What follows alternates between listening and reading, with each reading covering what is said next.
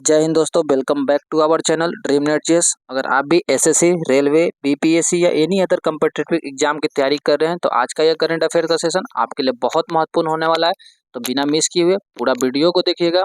और अभी तक हमारे चैनल ड्रीम नेट जेस को सब्सक्राइब नहीं किए हैं तो सब्सक्राइब कर दीजिएगा।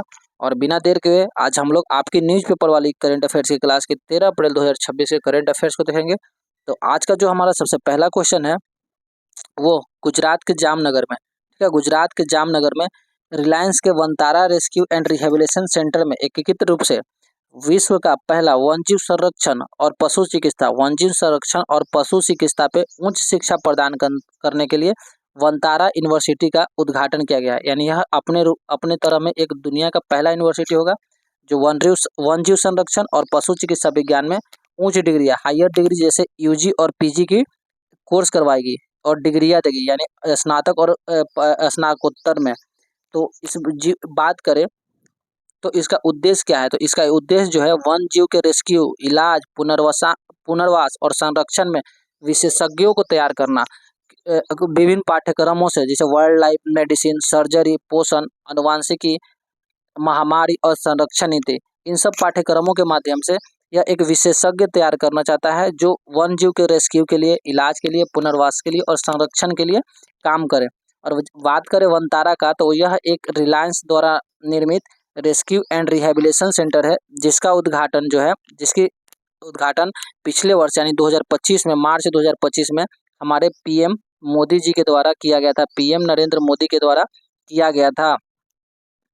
तो ये था हमारा आज का पहला क्वेश्चन। देखते हैं नेक्स्ट इंपॉर्टेंट क्वेश्चन।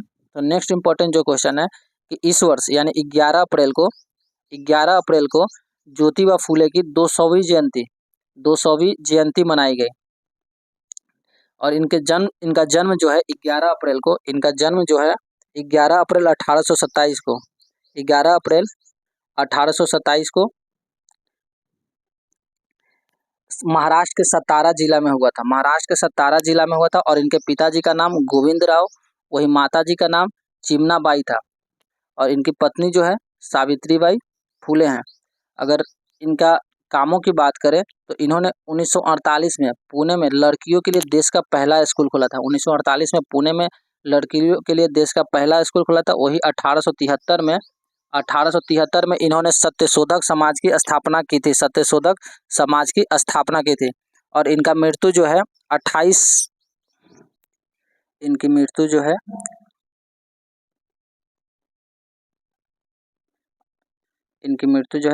नवंबर 1890 को हो जाता है। ओवरऑल बात करें तो जो ज्योतिबा फूले हैं उनका जन्म जो है 11 अप्रैल 1827 को हुआ और 2027 में इनकी 200 वर्षीय जयंती मनाई जा रही है। इनके पिताजी का नाम गोविंद राव और माता का नाम चिमनाबाई था। 1848 में इन्होंने लड़कियों की शिक्षा के लिए देश का पहला स्कूल खोला था। वही 1873 में इन्होंने सत्यशोधक समाज की स्थापना की थी। इनकी पत्नी यानी जीवन साथी का नाम सावित्रीबाई फूले था। नेक्स्ट क्वेश्चन है हमारा कि अभी हाल ही में उपराष्ट्रपति जो हमारे सीपी राधाकृष्णन जो है, उन्होंने सिंधी भाषा में संविधान की नवीनतम संस्करण जारी किया है।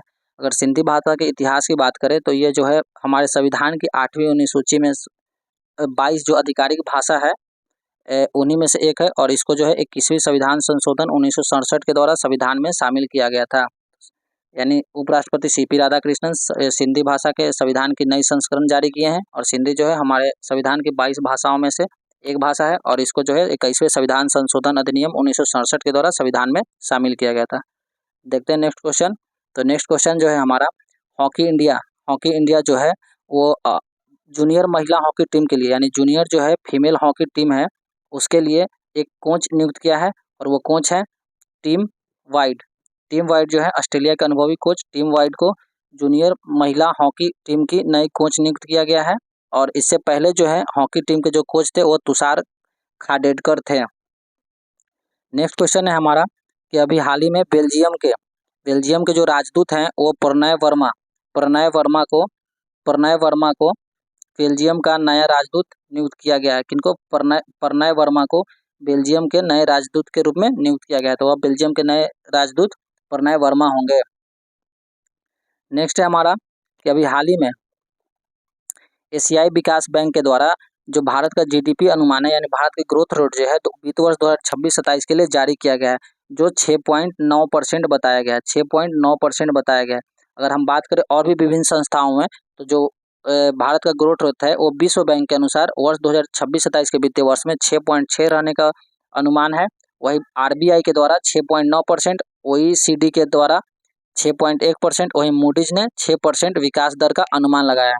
तो एशियाई विकास बैंक ने हाल ही में एक रिपोर्ट जारी किया जिसमें बताया कि भारत का जो वित्तीय वर्ष में जो ग्रोथ रेट है वो 6.9% रहने का अनुमान है। वहीं विश्व बैंक 6.6%, रिजर्व बैंक के द्वारा भारतीय रिजर्व बैंक के द्वारा 6.9% और ओईसीडी के द्वारा 6.1% और मूडीज ने 6% का अनुमान लगाया है। देखते हैं अपना नेक्स्ट इंपॉर्टेंट क्वेश्चन। तो नेक्स्ट हमारा क्वेश्चन जो है इराक में चुनाव में अभी वहाँ के जो राष्ट्रपति हैं निजार अमीदी को इराक का नया राष्ट्रपति नियुक्त किया गया, यानी इराक के अब नए राष्ट्रपति कौन होंगे तो निजार अमीदी। नेक्स्ट हमारा क्वेश्चन जो है अभी हाल ही में आशा भोसले का 12 अप्रैल यानी कल शाम 12 अप्रैल को इनका निधन हो गया। 12 अप्रैल 2026 को इनका निधन हो गया। वही बात करें आशा भोसले के जन्म का तो उनका जन्म जो है 8 सितंबर 1933 को महाराष्ट्र के सांगली जिले में हुआ था। महाराष्ट्र के सांगली जिले में 8 सितंबर 1933 को इनका जन्म हुआ था। इनके पिताजी का नाम दीनानाथ मंगेशकर, इनकी एक बहन थी जिनका नाम था लता मंगेशकर, इनके बहन का नाम था लता मंगेशकर। 16 वर्ष की उम्र में इनकी पहली शादी जो है गणपत राव भोसले से होती है। 16 वर्ष की उम्र में इन्होंने अपनी पहली शादी गणपत राव भोसले से किए थे, लेकिन कुछ वर्षों बाद ये शादी टूट जाता है और दूसरी शादी जो है उनकी 1980 में राहुल देव वर्मन से होता है। दूसरी शादी 1980 में राहुल देव वर्मन से होता है। और ये जो पहली भारतीय गायिका थी जो 1997 में ग्रैमी अवार्ड के लिए नामांकित हुई थी। भारत की पहली गायिका थी जो ग्रैमी अवार्ड के लिए नामांकित हुई थी 1997 में। और इनको 2008 में पद्म विभूषण वर्तमान उस समय के तत्कालीन राष्ट्रपति प्रतिभा देवी सिंह पाटिल के द्वारा दिया गया था। तो ओवरऑल बात करें आशा भोसले की मृत्यु हो गई है 12 अप्रैल को और इनका जन्म जो है 8 सितंबर 1933 को महाराष्ट्र के सांगली में हुआ था। इनके पिताजी का नाम दीनानाथ मंगेशकर था और 2008 में इनको पद्म विभूषण से सम्मानित किया गया था। नेक्स्ट क्वेश्चन यानी हम लोग पूरे अप्रैल मंथ के जो दिन दिवस है हमारा उसको देखेंगे। तो सबसे पहला है हमारा विश्व ऑप्टिमज। 2 अप्रैल को हर साल विश्व ऑप्टिमज जागरूकता दिवस मनाया जाता है। उससे पहले 1 अप्रैल को आरबीआई के स्थापना दिवस, वही 1 अप्रैल को भी उत्कल दिवस के रूप में हम लोग मनाते हैं। और यही उत्कल दिवस के उपलक्ष्य में ओडिशा पुलिस को जो है वो राष्ट्रपति पुलिस कलर पुरस्कार से सम्मानित किया गया था। 2 अप्रैल को विश्व ऑप्टिमस जागरूकता दिवस, 5 अप्रैल को राष्ट्रीय समुद्री दिवस, वहीं 7 अप्रैल को हम लोग विश्व स्वास्थ्य दिवस मनाते हैं। एक और है 3 अप्रैल को हिंदी रंगमंच दिवस के रूप में मनाया जाता है। 3 अप्रैल को हिंदी रंगमंच दिवस के रूप में मनाया जाता है। 10 अप्रैल को हम लोग हर साल विश्व होम्योपैथिक दिवस मनाते हैं। 11 अप्रैल को राष्ट्रीय सुरक्षित मातृत्व दिवस, वही 13 अप्रैल को जलियांवाला बाग हत्याकांड यानी आज ही के दिन हम लोग जलियांवाला बाग हत्याकांड दिवस के रूप में मनाते हैं, जो 13 अप्रैल 1919 को अमृतसर के जलियांवाला बाग में जनरल ओ डायर के द्वारा अंधाधुंध गोली फायरिंग करवाया गया था।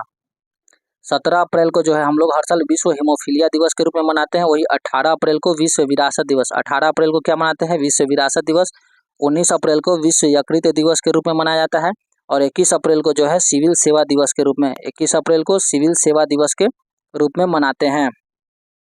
बात करें 22 अप्रैल को तो 22 अप्रैल को हम लोग हर साल विश्व पृथ्वी दिवस के रूप में, वहीं 23 अप्रैल को विश्व पुस्तक और कॉपीराइट दिवस, 24 अप्रैल को जो है राष्ट्रीय पंचायत दिवस, 24 अप्रैल को राष्ट्रीय पंचायत दिवस क्योंकि इसी दिन हमारे स्थानीय स्वशासन के रूप में शुरू हुआ था राजस्थान के नागौर जिले से।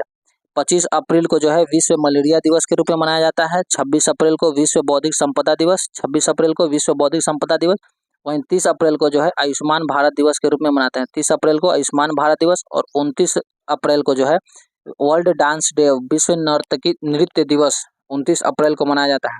तो ये था हमारा आज का सारा इंपॉर्टेंट करेंट अफेयर्स। और अभी तक हमारे चैनल ड्रीम नेट जीएस को सब्सक्राइब नहीं किए तो सब्सक्राइब कर दीजिएगा। और आज का वीडियो का सेशन आपको अच्छा लगा हो और इसी तरह के एग्जाम ऑथेंटिक वीडियो आप चाहते हैं तो हमारे चैनल को सब्सक्राइब कर दीजिएगा और वीडियो को लाइक कर दीजिएगा। मिलते हैं हम अपने नेक्स्ट करेंट अफेयर्स के सीरीज में, तब तक के लिए जय हिंद, जय भारत।